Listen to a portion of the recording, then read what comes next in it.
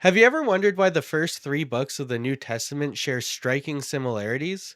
If Matthew, Mark, and Luke are so similar, then why is John so different? And when were these Gospels written? What hypotheses have scholars come up with to explain this? Let's walk. My name is Rob, and I am a blue collar Bible enthusiast.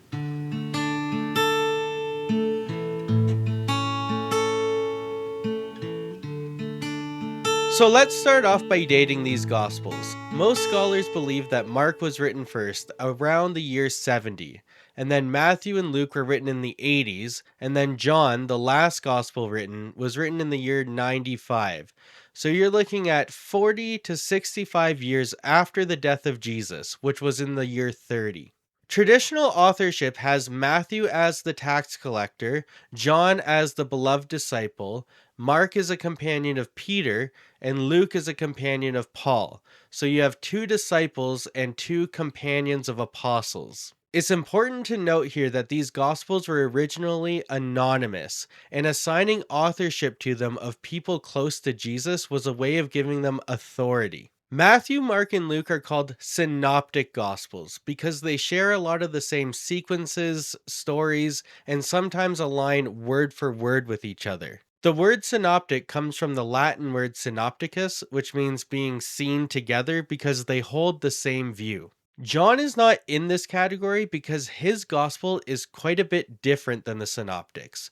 For example, in the synoptics, Jesus speaks in parables, but Jesus doesn't speak in parables in John. He actually has quite long discourses in it. In John, the miracles are called signs, and he only does 7 of them. And the only two that align with the miracles in the synoptics is turning water into wine and walking on water. But the biggest difference of John to the synoptics is how much more divine Jesus has become. And it's the only gospel where you get those ambiguous claims of Jesus saying that he's God. The author of John tries to show Jesus' divinity right at the beginning of his gospel, where he says, "In the beginning was the Word, and the Word was with God, and the Word was God, and the same was in the beginning with God. All things were made by him, and without him was not anything made that was made." And what are those ambiguous claims by Jesus about his divinity? Well, you have "I and the Father are one" in John 10:30. "Whoever has seen me has seen the Father" in John 14:9. And "very truly I tell you, before Abraham was, I am" in John 8:58. That's all I'm going to say about John in this video because I really want to focus on the synoptic problem. The synoptic problem is a scholarly debate between the literary similarities between the synoptic gospels. So, as I've said before, most scholars believe that Mark was written first. They also believe that Matthew and Luke had a copy of Mark when they were writing their gospels. This is called Markan priority. Now, this image on the screen here shows how much is shared between these gospels. As you can see, 97% of Mark is used by Matthew and Luke, leaving only 3% of its material unique to Mark. So essentially, if you have read Matthew and Luke, you have pretty much read all of Mark. The purple area here shows triple tradition, which is material found in all 3 of the Gospels. And as you can see, it's quite a bit. And then you have a little bit of material that Luke took from Mark, but Matthew didn't, and vice versa. So about half of each of Matthew and Luke come from Mark. Now I want to talk a little bit about the blue area here that's called the double tradition. As you can see, about a quarter of Matthew and a quarter of Luke share the same material. Now why might that be? Now one theory is that maybe Matthew had a copy of Luke or Luke had a copy of Matthew, but the majority of scholars believe that both Matthew and Luke had access to this other text that was comprised of sayings of Jesus with little or no narratives in it. This is called the hypothetical Q source. It's hypothetical because we don't have it, and it's called Q because it comes from the German word Quelle, which means source. Now, it wouldn't be unusual to have a document that only contained sayings of Jesus because we do have another one called the Gospel of Thomas. What's interesting is that Paul's letters focus primarily on the death and resurrection of Jesus and almost nothing about what he said or did. Whereas the Gospel of Thomas and Q contain only what Jesus said and they don't have a passion narrative in it. That's what makes the Q source so interesting, is because it would be one of our earliest gospels and it wouldn't talk about the death and resurrection of Jesus, which is the most important thing about Christianity. Some of the most notable things that Jesus said come from this document. For example, the golden rule: "In everything do to others as you would have them do to you, for this is the law and the prophets." That's in Matthew. And in Luke, "Do to others as you would have them do to you." You also get "love your enemies." Matthew says, "You have heard that it was said, you should love your neighbor and hate your enemy. But I say to you, love your enemies and pray for those who persecute you." And Luke says, "But I say to you who are listening, love your enemies, do good to those who hate you, bless those who curse you, and pray for those who mistreat you." It also contains the Lord's Prayer. Now, I'm going to go to the King James for this one because it's the one closest to the one we all know, and I'm not going to read it to you, I'm just going to show you the differences. So as you can see, they're a little bit different. Luke's is a little bit more condensed, and Matthew's is the one we all know. When Matthew and Luke take information from Mark, they tweak it a little bit.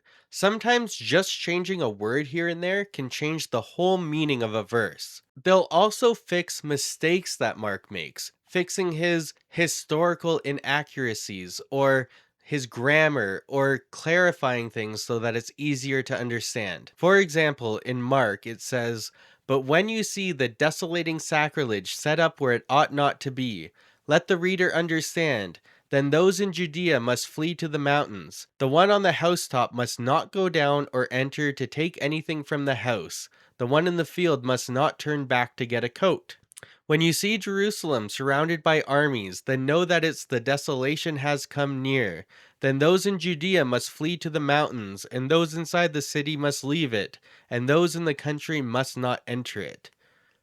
Luke is being more descriptive, adding clarity so the reader can make better sense of what he's talking about. Matthew will also fix mistakes made by Mark. For example, Mark calls Herod a king. King Herod heard of it, for Jesus' name had become known. Some were saying John the Baptizer has been raised from the dead, and for this reason these powers are at work in him. But Herod wasn't a king, so Matthew just calls him a ruler. At that time, Herod the ruler had heard reports about Jesus.